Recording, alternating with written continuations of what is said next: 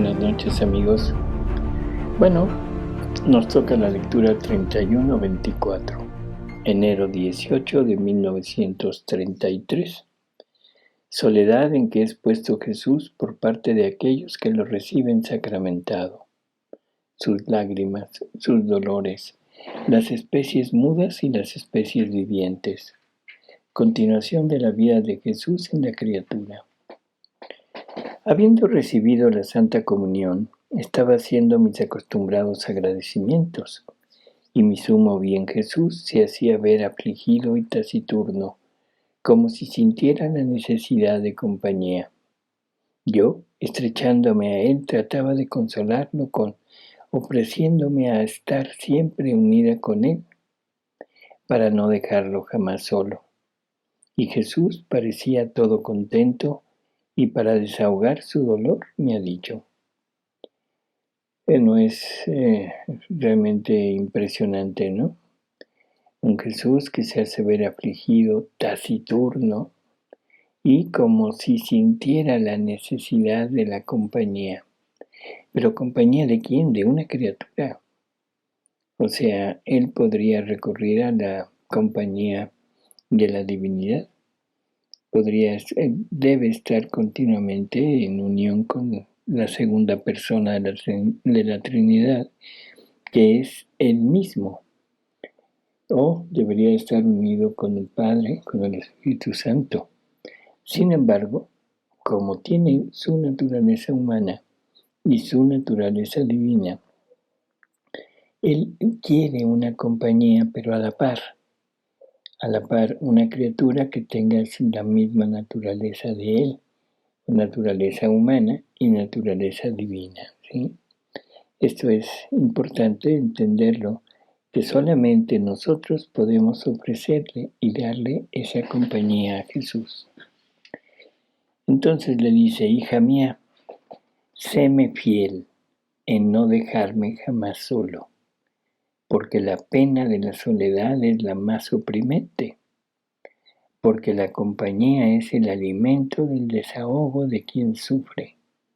En cambio, sin compañía se sufre el dolor y se está obligado a sentir el hambre, porque falta quien le dé el desahogo del alimento.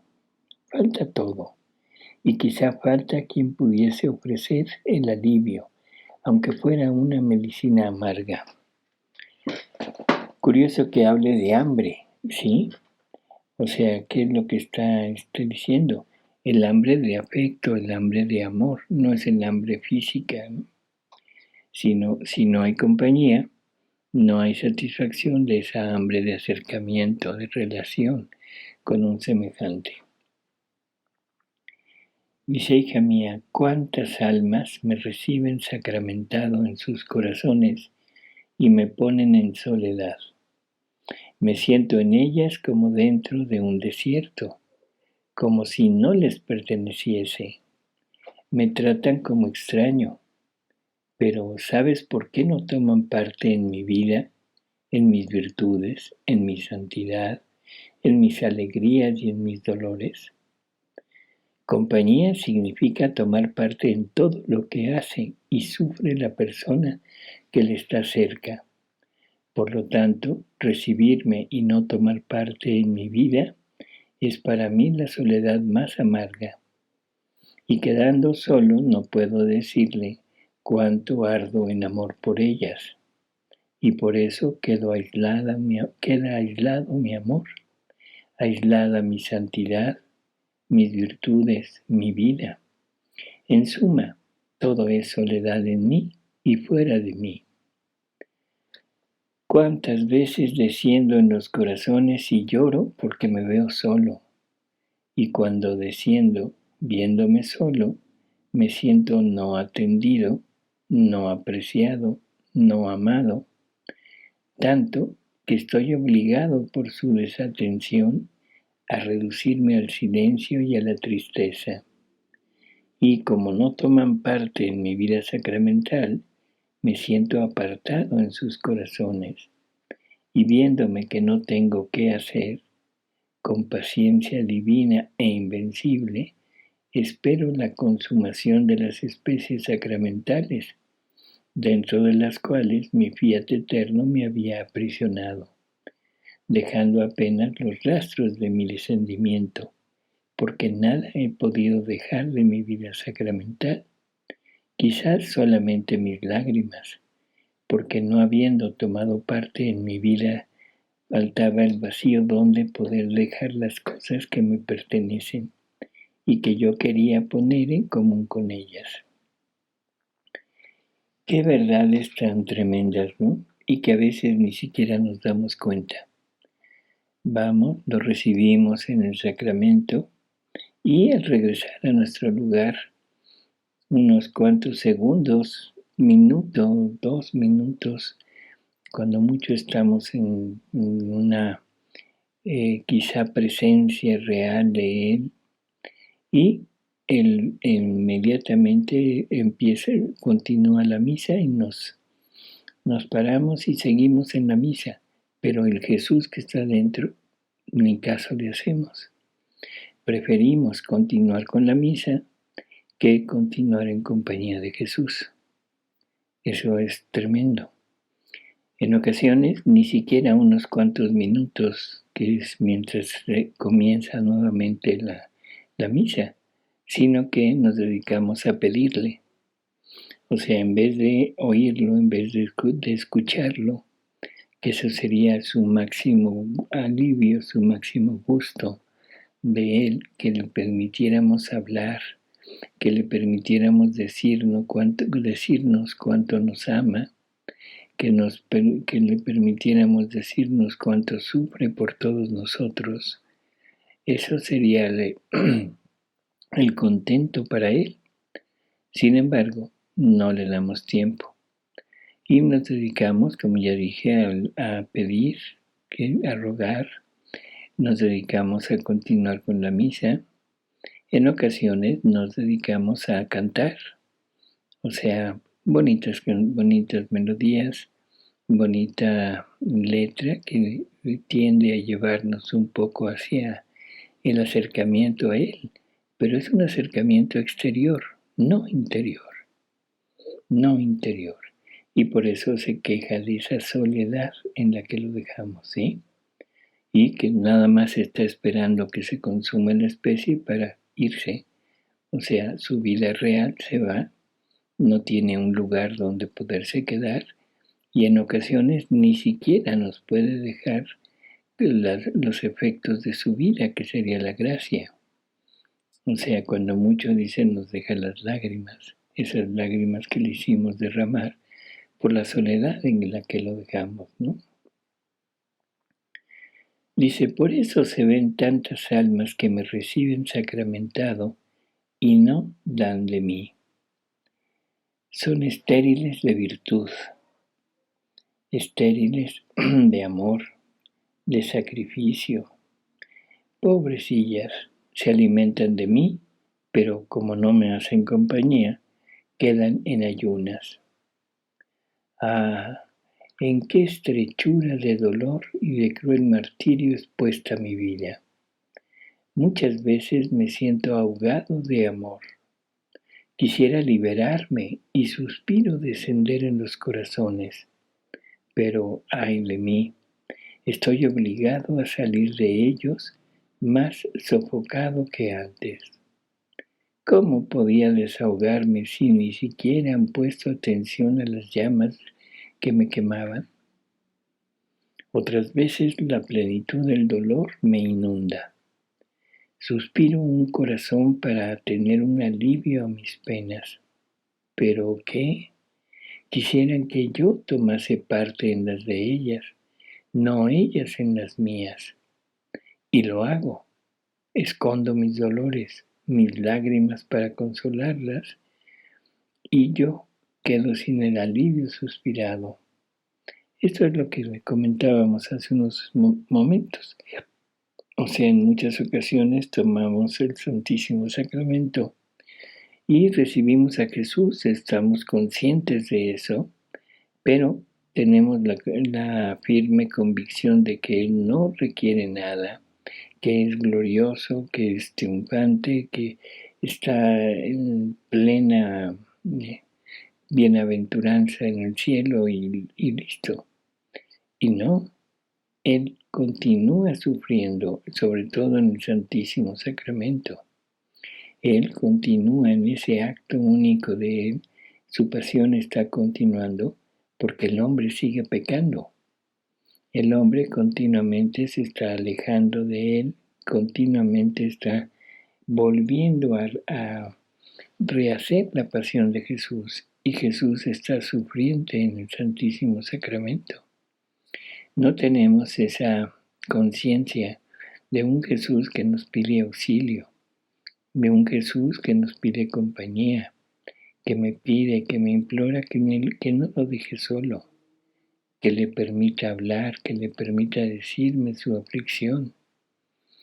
En fin, o sea, de un Jesús necesitado de compañía, y esa compañía la quiere de cada uno de nosotros. O sea, este párrafito hay que repetirlo, ¿no? Dice, otras veces la plenitud del dolor me inunda. Suspiro un corazón para tener un alivio a mis penas. ¿Pero qué? Quisieran que yo tomase parte en las de ellas, no ellas en las mías. Y lo hago.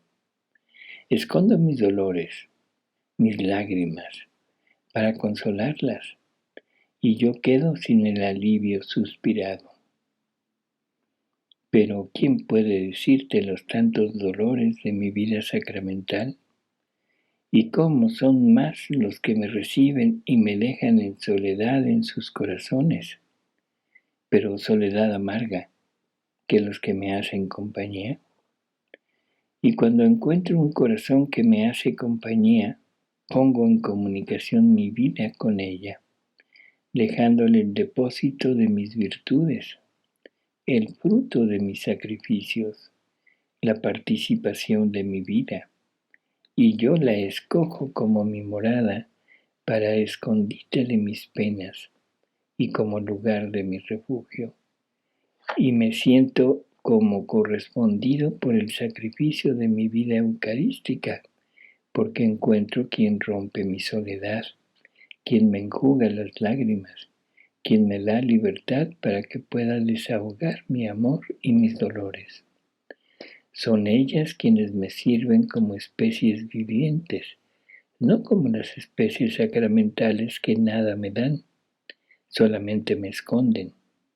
El resto lo hago todo yo solo. No me dicen una palabra que rompa mi soledad, son especies mudas. En cambio, en las almas que me sirven como espacios vivientes, como especies vivientes, desarrollamos la vida juntos, palpitamos con un solo latido, y si la veo dispuesta la comunico mis penas y continúo en ella mi pasión.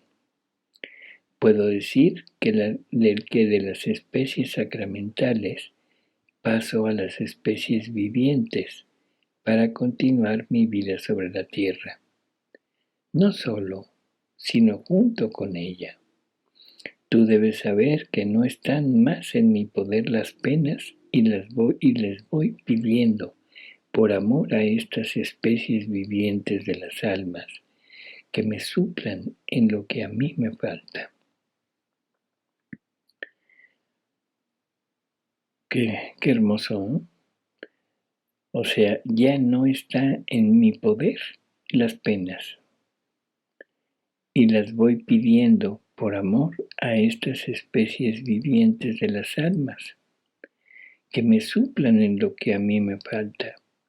O sea, nos pide que suplamos a esa incapacidad ya de sufrir, y que ahora quiere seguir sufriendo, pero en nosotros. Y dice, por eso, hija mía, cuando encuentro un corazón que me ama y me hace compañía, dándome la libertad de hacer lo que quiero, yo llego a los excesos, no me fijo en nada. Doy tanto que la pobre criatura se siente ahogar por mi amor y por mis gracias. Y entonces no queda más estéril mi vida sacramental cuando desciendo en los corazones. No, me reproduce bilocando y continuando mi vida en ella. Y estas son mis conquistadoras que suministran a este pobre indigente de penas su vida y me dicen: amor mío, tú tuviste tu turno de penas y terminó. Ahora es mi turno, por eso déjame que te supla y que yo sufra en lugar tuyo. Hermosísima postura, hermosísimo trabajo que nos quiere entregar, ¿no? O sea, su vida sacramental quiere reproducirse. O sea, pero casi siempre la dejamos estéril. No puede reproducirse porque no encuentra el material adecuado en nosotros para poder bilocar, multiplicar su vida. Y dice entonces, no queda más estéril mi vida sacramental cuando desciendo en los corazones. No, me reproduce, bilocando y continuando mi vida en ella. Y estas son mis conquistadoras que suministran a este pobre indigente de penas. Es a veces difícil poder captar esto, ¿no? Jesús se manifiesta como indigente de penas. Bueno, sabemos que su humanidad ya es gloriosa, está en el cielo y es incapaz de sufrir. A eso se refiere el ser indigente de penas. Sí, pero ahora el alma que vive en la divina voluntad, gracias a esta duplicación de la vida de Jesús en ella, en esa persona, ahora esta persona le presta su vida para que pueda seguir sufriendo. Bueno, hermoso. Dice, oh, cómo quedo contento por esto. Mi vida sacramental queda en su puesto de honor, porque reproduce otras vidas suyas en las criaturas. Por eso siempre junto conmigo te quiero, a fin de que hagamos vida juntos, y tú tomes a pecho mi vida y yo tome la tuya.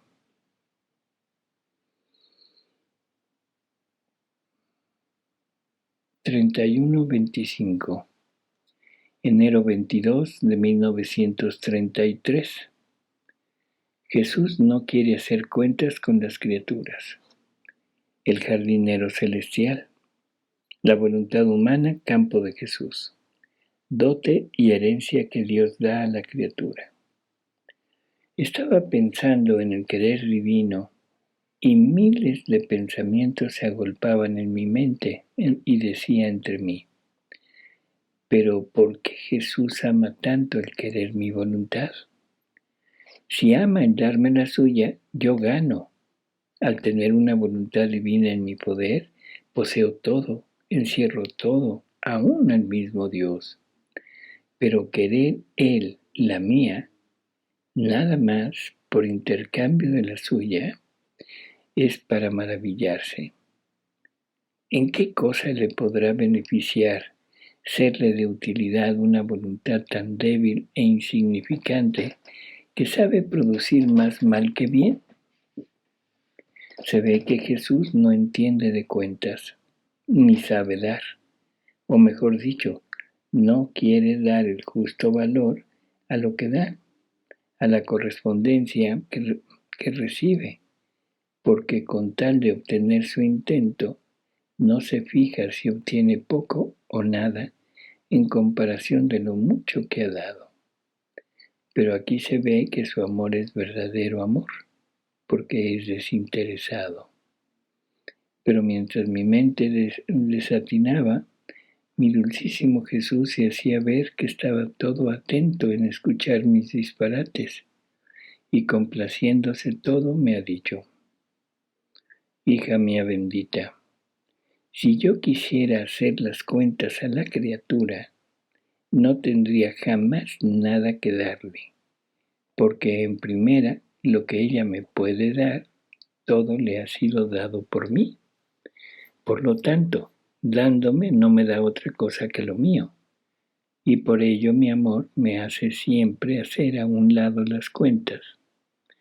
Hacer cuentas con las criaturas sería obstruir mi amor y hacerlo perder la libertad de darles lo que quiere dar a la criatura, y se encontraría a disgusto. Además de esto, para darte mi divina voluntad es necesario que des la tuya, porque dos voluntades no pueden reinar dentro de un corazón. Se harían guerra mutuamente, y la tuya sería de obstáculo a la mía, y por tanto no sería libre de hacer lo que quiere, y yo para volver libre a la mía, con tanta insistencia te pido la tuya. Pero esto no es todo. A ver, esto que estamos escuchando parece apoyar la idea de que nuestra voluntad tiene que desaparecer. Sobre todo aquí donde dice, porque dos voluntades no pueden reinar dentro de un corazón, se harían la guerra. ¿Sí? Y la tuya sería de obstáculo a la mía. Aquí, vuelvo a repetir, parecería que nos está diciendo que nuestra voluntad tiene que desaparecer. Pero como lo hemos mencionado ya en varias ocasiones, mi voluntad es lo que me da la personalidad de criatura, de un ser individual, de un ser distinto. Y lo que Dios quiere, lo que Jesús quiere, es una relación al tú por tú con un ser libre, capaz de poderlo recibir, o sea, de poder ser amado por Él y capaz de poderlo amar con el mismo amor, con la misma intensidad. Pero esto se requiere, o sea que son dos seres, dos personas. Si fuera la misma persona, o sea, si mi voluntad se quitara, yo, mi persona, mi individualidad desaparecería y tendría que ser Jesús quien estuviera Él diciéndome te amo y luego desde mí Él mismo diciéndose a Él te amo. Sería algo indecoroso para Dios. O sea, no es lógico. Dios necesita esa compañía de una criatura, pero sobre todo de una criatura libre, que pueda libremente escoger y que pueda libremente amarlo, con lo suyo, porque tenemos que recibir de lo suyo para poder corresponder en la justa medida, pero definitivamente desde nosotros. Vamos a ver qué continúa diciéndonos, ¿no? Dice, además de esto, para darte mi divina voluntad es necesario que des la tuya, porque dos voluntades no pueden reinar dentro de un corazón, se harían guerra mutuamente, y la tuya sería de obstáculo a la mía, y por tanto no sería libre de hacer lo que quiere. Y yo, para volver libre a la mía, con tanta insistencia te pido la tuya. Pero esto no es todo aún. Debes saber que tu voluntad, estando en ti, es débil, insignificante. Pero en cuanto llega a mis manos creadoras y transformadoras, cambia de aspecto. Yo la vuelvo potente, la vivifico y encierro en ella el valor productor del bien. Y yo me sirvo de éste para no estar ocioso. Y haciéndome celestial jardinero, trabajo en este campo de tu voluntad y la hago un bello prado florido y un jardín de mi delicia. Así que lo que en tus manos es insignificante y quizás aún dañino, en las mías cambia naturaleza y me sirve para divertirme, tener un poco de tierra a mi disposición para formar las más bellas flores. Y además, para poder dar, yo quiero lo pequeño, lo insignificante, también como pretexto para poder dar lo grande y así decir, me has dado y he dado. Es verdad que me ha dado lo pequeño, pero eso tenía. Y despojándose aún de lo pequeño por mí, es el don más grande y lo confío a la exuberancia de mi amor, a fin de que supla lo que falta a la criatura. Bueno, entonces creo que las cosas se van aclarando. Quiere nuestra voluntad para engrandecerla, para fortificarla, para embellecerla, para poner en ella sus dotes, que eso también es algo que hemos mencionado ya en varias ocasiones. Nos dice Jesús que el trabajo de nuestra voluntad es despojarse de todos los atributos propios, o sea que es con lo que actuamos, y esos atributos son las miserias y las virtudes. Ahora, una vez despojado de eso, que es lo que Jesús le pidió a Luisa y como la fue llevando en los primeros libros, sobre todo en el libro 1, que es donde le va enseñando el cómo ir desapegándose e ir dejando todo.